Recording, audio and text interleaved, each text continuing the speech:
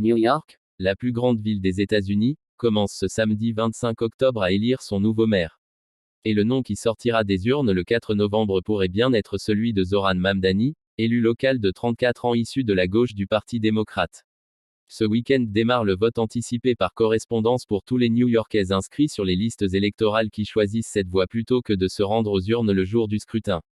Depuis sa victoire surprise à la primaire démocrate en juin, Zoran Mamdani, représentant du quartier populaire du Queens à l'Assemblée de l'État de New York, fait figure de grand favori. Naturalisé américain en 2018, ce fils d'intellectuels issus de la diaspora indienne, musulman et socialiste revendiqué, est un farouche adversaire de Donald Trump, dont il fustige notamment les politiques économiques et migratoires.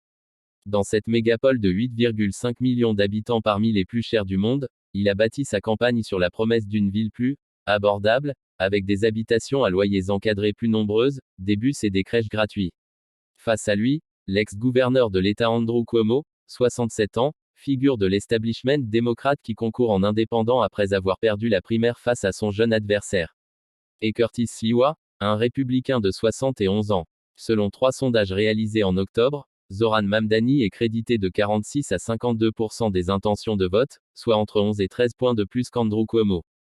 Curtis Sliwa est loin derrière, entre 15 et 19% des voix. Andrew Cuomo soutenu par le maire sortant.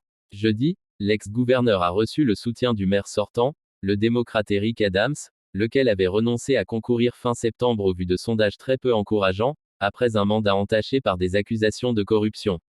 Intents adversaires, les deux hommes concentrent désormais leurs attaques sur celui qu'ils accusent d'être anti-business, un charlatan qui vend du rêve aux plus pauvres tout en étant devenu le roi des bobos.